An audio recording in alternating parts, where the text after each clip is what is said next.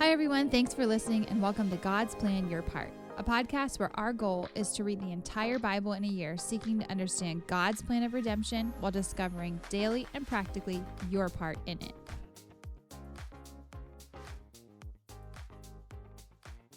All right, everybody, welcome back. This is day 2 in Job. Some of you were probably like, oh man, I'm so excited to do the Bible every single day, and then we ended up in Job like less than a weekend. Bummer.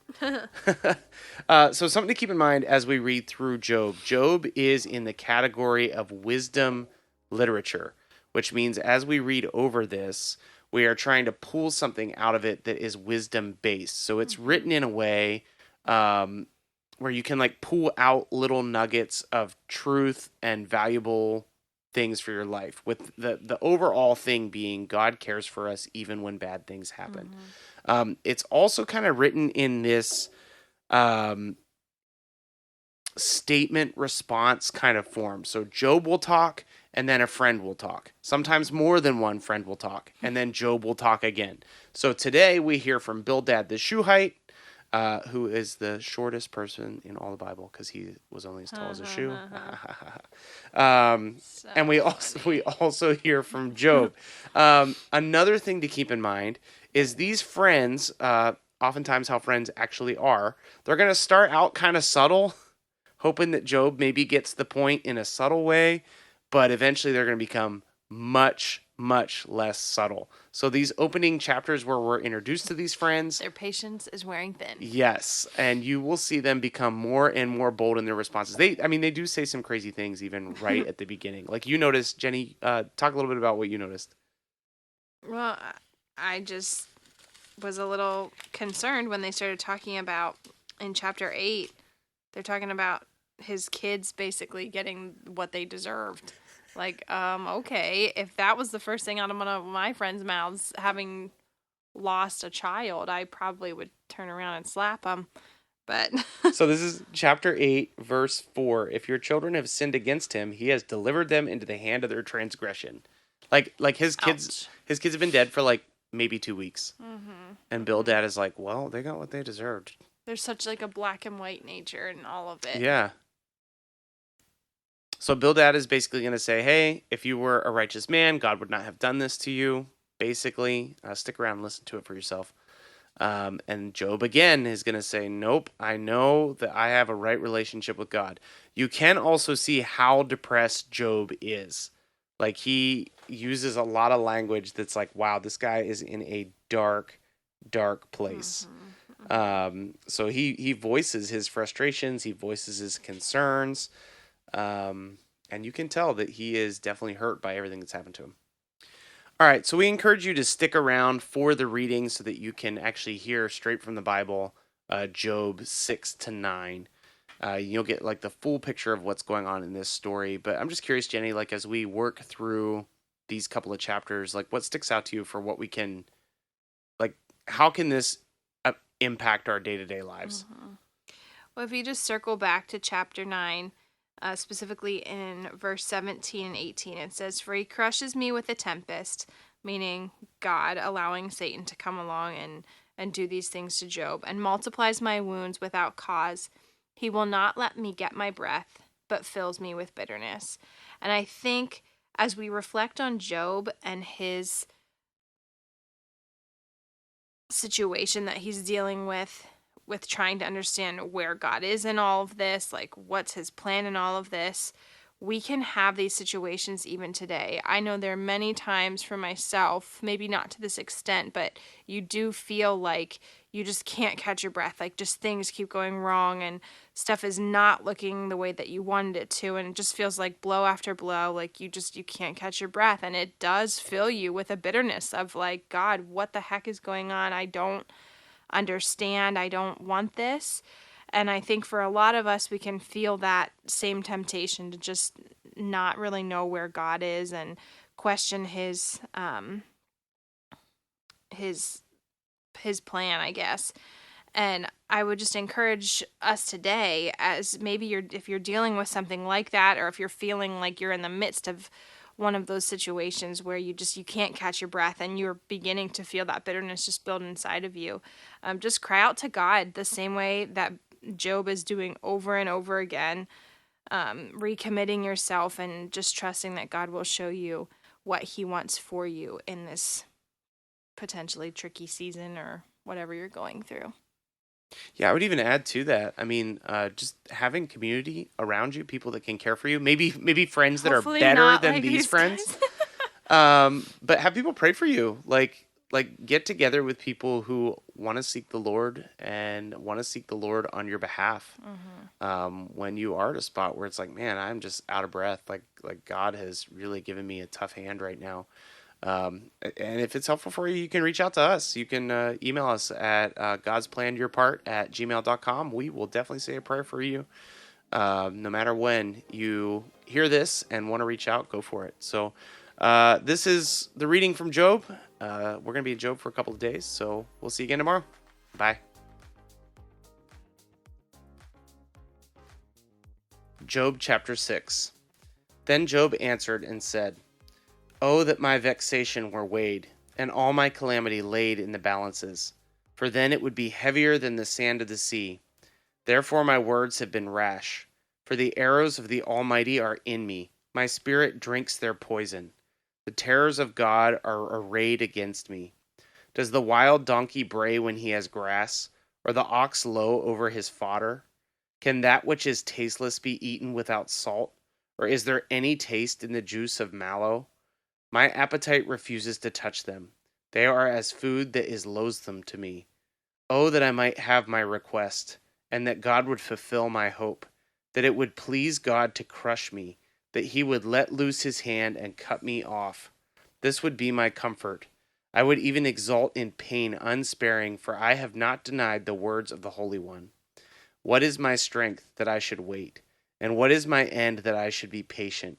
Is my strength the strength of stones, or is my flesh bronze? Have I any help in me when resource is driven from me? He who withholds kindness from a friend forsakes the fear of the Almighty. My brothers are treacherous as a torrent bed, as torrential streams that pass away, which are dark with ice, and where the snow hides itself. When they melt, they disappear. When it is hot, they vanish from their place. The caravans turn aside from their course. They go up into the waste and perish. The caravans of Tema look, and the travelers of Sheba hope. They are ashamed because they are confident. They come there and are disappointed. For you have now become nothing. You see my calamity and are afraid. Have I said, make me a gift? Or from your wealth offer a bribe for me? Or deliver me from my adversary's hand? Or redeem me from the hand of the ruthless? Teach me, and I will be silent. Make me understand how I have gone astray. How forceful are upright words! But what does reproof from you reprove? Do you think that you can reprove words when the speech of a despairing man is wind? You would even cast lots over the fatherless and bargain over your friend. But now, be pleased to look at me, for I will not lie to your face. Please turn. Let no injustice be done. Turn now. My vindication is at stake. Is there any injustice on my tongue? Cannot my palate discern the cause of calamity? Has not man a hard service on earth, and are not his days like the days of a hired hand? Like a slave who longs for the shadow, and like a hired hand who looks for his wages. So I am allotted months of emptiness, and nights of misery are apportioned to me. When I lie down, I say, when shall I arise? But the night is long, and I am full of tossing till the dawn. My flesh is clothed with worms and dirt. My skin hardens, then breaks out afresh. My days are swifter than a weaver's shuttle, and come to their end without hope. Remember that my life is a breath. My eye will never again see good. The eye of him who sees me will behold me no more. While your eyes are on me, I shall be gone. As the cloud fades and vanishes, so he goes down to Sheol, does not come up. He returns no more to his house, nor does his place know him any more. Therefore I will not restrain my mouth. I will speak in the anguish of my spirit. I will complain in the bitterness of my soul. I am a sea or a sea monster, or am I a sea or a sea monster, that you set a guard over me? when I say, my bed will comfort me, my couch will ease my complaint. Then you scare me with dreams and terrify me with visions, so that I would not choose strangling and death rather than my bones. I loathe my life. I would not live forever. Leave me alone, for my days are a breath. What is man, that you make so much of him, and that you set your heart on him? Visit him every morning, and test him every moment. How long will you not look away from me, nor leave me till I swallow my spit? If I sin, what do I do to you, you watcher of mankind? Why have you made me your mark? Why have I become a burden to you? Why do you not pardon my transgression and take away my iniquity? For now I shall lie in the earth. You will seek me, but I shall not be. Then Bildad the Shuhite answered and said, How long will you say these things, and the words of your mouth be a great wind? Does God pervert justice, or does the Almighty pervert the right? If your children have sinned against him, he has delivered them into the hand of their transgression. If you will seek God, and plead with the Almighty for mercy, if you are pure and upright, surely then he will rouse himself for you and restore your rightful habitation. And though your beginning was small, your latter days will be very great. For inquire, please, of bygone ages, and consider what the fathers have searched out. For we are but of yesterday and know nothing, for our days on earth are a shadow. Will they not teach you and tell you and utter words out of their understanding? Can papyrus grow where there is no marsh? Can reeds flourish where there is no water? While yet in flower and not cut down, they wither before any other plant. Such are the paths of all who forget God. The hope of the godless shall perish. His confidence is severed, and his trust is a spider's web. He leans against his house, but it does not stand. He lays hold of it, but it does not endure. He is a lush plant before the sun, and his shoots spread over his garden. His roots entwine the stone heap. He looks upon the house of stones. If he is destroyed from his place, then it will deny him, saying, I have never seen you. Behold, this is the joy of his way, and out of the soil others will spring. Behold, God will not reject a blameless man, nor take the hand of evildoers. He will yet fill your mouth with laughter, and your lips with shouting. Those who hate you will be clothed with shame, and the tent of the wicked will be no more. Then Job answered and said, Truly I know that it is so. But how can a man be in the right before God? If one wished to contend with him, one could not answer him once in 1,000 times.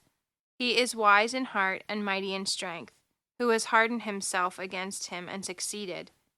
He who removes mountains, and they know it not, when he overturns them in his anger, who shakes the earth out of its place, and its pillars tremble, who commands the sun, and it does not rise, who seals up the stars, who alone stretched out the heavens and trampled the waves of the sea, who made the Bear and Orion, and Pleiades, and the chambers of the south, who does great things beyond searching out, and marvelous things beyond number. Behold, he passes by me, and I see him not. He moves on, but I do not perceive him. Behold, he snatches away. Who can turn him back? Who will say to him, What are you doing? God will not turn back his anger. Beneath him bowed and the helpers of Rahab. How then can I answer him, choosing my words with him? Though I am in the right, I cannot answer him. I must appeal for mercy to my accuser. If I summoned him and he answered me, I would not believe that he was listening to my voice. For he crushes me with a tempest and multiplies my wounds without cause. He will not let me get my breath, but fills me with bitterness. If it is a contest of strength, behold, he is mighty. If it is a matter of justice, who can summon him? Though I am in the right, my own mouth would condemn me.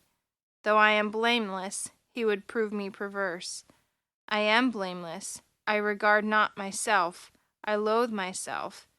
It is all one. Therefore I say, He destroys both the blameless and the wicked.